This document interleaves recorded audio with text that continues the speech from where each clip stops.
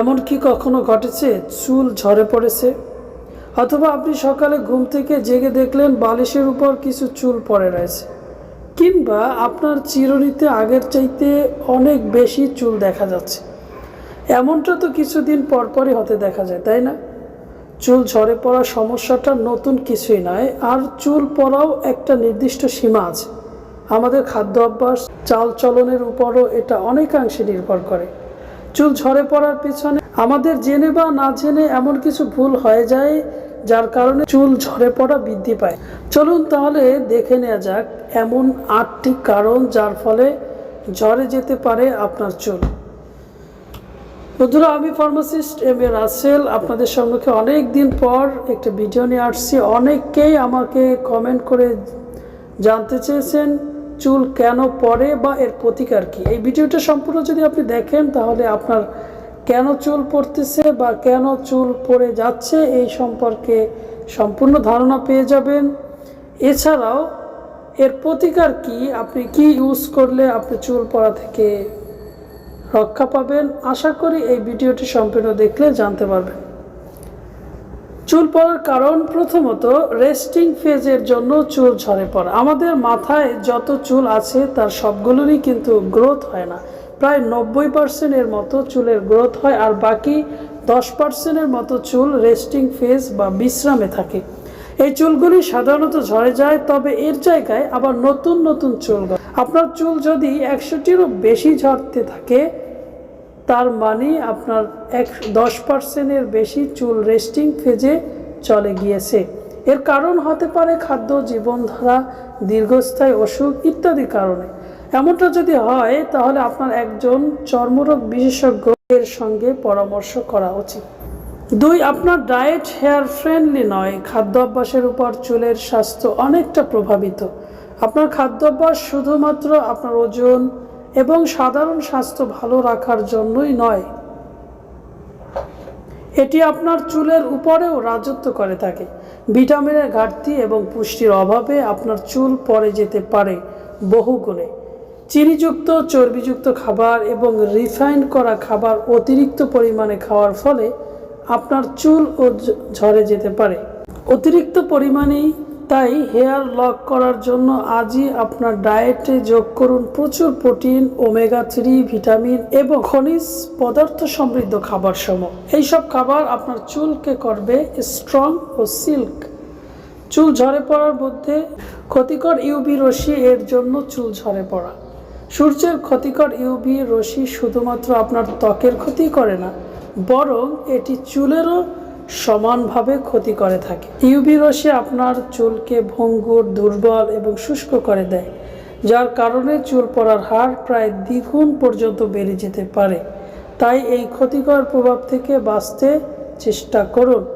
4 নম্বর, চুলের সঠিক পণ্য ব্যবহার না করা। চুল ঝরে পড়ার আরেকটি অন্যতম কারণ হলো চুলে সঠিক পণ্য ব্যবহার না করা। ত্বকের মতো চুলেরও আলাদা আলাদা ধরন থাকে।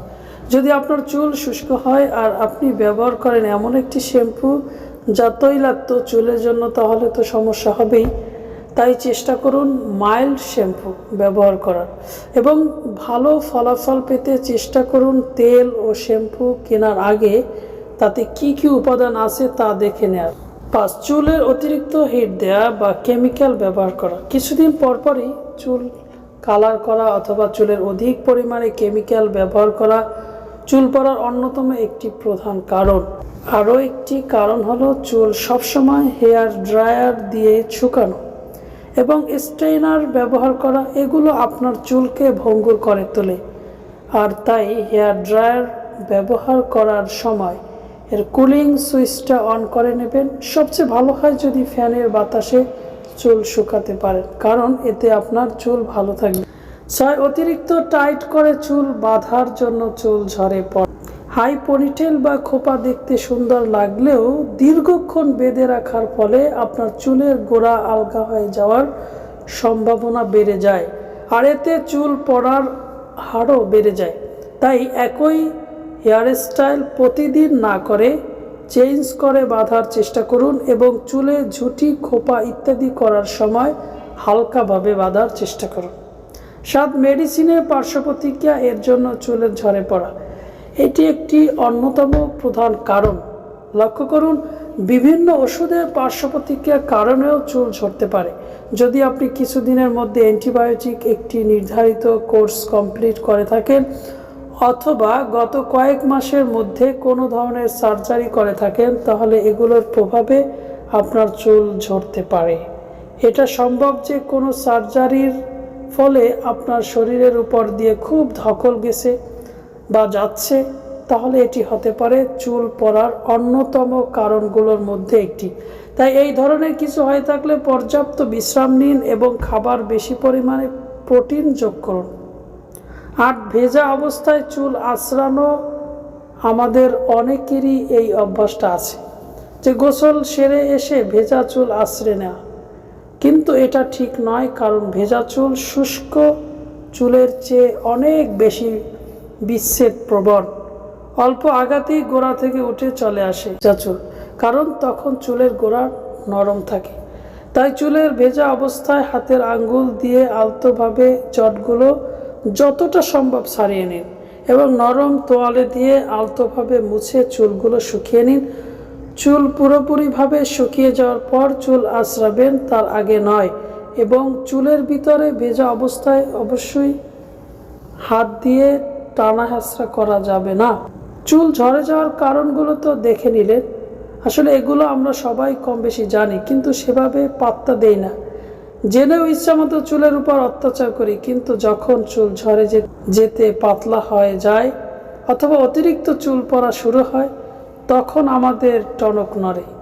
যাই হোক, এই ভুলগুলো যাতে আর না হয় সেদিকে খেয়াল রাখা উচিত, কারণ চুলের সৌন্দর্যের উপর অনেকাংশেই নির্ভর করে আপাদমস্তক সৌন্দর্য। তো আপনি যদি চুলের যত্নে অথেন্টিক প্রোডাক্ট খুঁজে থাকেন, অর্গানিক প্রোডাক্ট খুঁজে থাকেন, বা আপনার এই সমস্যাগুলি হচ্ছে, চুল পড়ে যাচ্ছে, চুল লম্বা হচ্ছে না, চুল দিন দিন পাতলা হয়ে যাচ্ছে, তাহলে আপনার জন্য আমি একটি প্রোডাক্ট সাজেস্ট করব। আপনার স্কিনে এখন যে অয়েলটি দেখতে পাচ্ছেন, বায়োটিন ই হার্বাল হেয়ার অয়েল, এটি পুনরায় চুল গজানো এবং চুল পড়া বন্ধে একটি পরীক্ষিত অয়েল। তো চলুন দেখি এই তেলটির ভিতরে কি কি উপাদান আছে। এটির ভিতরে আছে আমন্ড অয়েল, জোজোবা অয়েল, পেঁয়াজের নির্যাস, হেনা অয়েল, তাজা আমলকি, তিল তৈল, নারকেল তৈল, বায়োটিন, অ্যালোভেরা, ভিটামিন ই, মেথি ইত্যাদি। তো বায়োটিন চুলের জন্য একটি অত্যন্ত গুরুত্বপূর্ণ একটি ভিটামিন এবং ভিটামিন ই সমৃদ্ধ। তাই এটি ব্যবহারে ইনশাআল্লাহ চুল পড়া বন্ধ করে, নতুন চুল গজাতে সহায়তা করে, চুলের খুশকি ও মরা চামড়া দূর করে, দুর্বল চুল সবল করে, চুলের আগা ফাটা বন্ধ করে, মাথার চর্মরোগের ক্ষেত্রেও এই তেলটি অনেক উপকারী। এছাড়া যাদের চুল লম্বা হয় না, চুলের সৌন্দর্য বৃদ্ধিতে এই তেলটি আমি সাজেস্ট করব, আপনারা উপকৃত হবেন। তো বন্ধুরা, অনেক দিন পর ভিডিওটি আপনাদের কাছে কেমন লাগলো অবশ্যই জানাবেন, এবং চুলের বিষয়ে যদি আপনার কোনো প্রশ্ন থাকে, কোনো জানার থাকে, অবশ্যই কমেন্ট করুন। আর এই পণ্যটি পেতে স্ক্রিনে দেওয়া নাম্বারে যোগাযোগ করুন। আসসালামু আলাইকুম।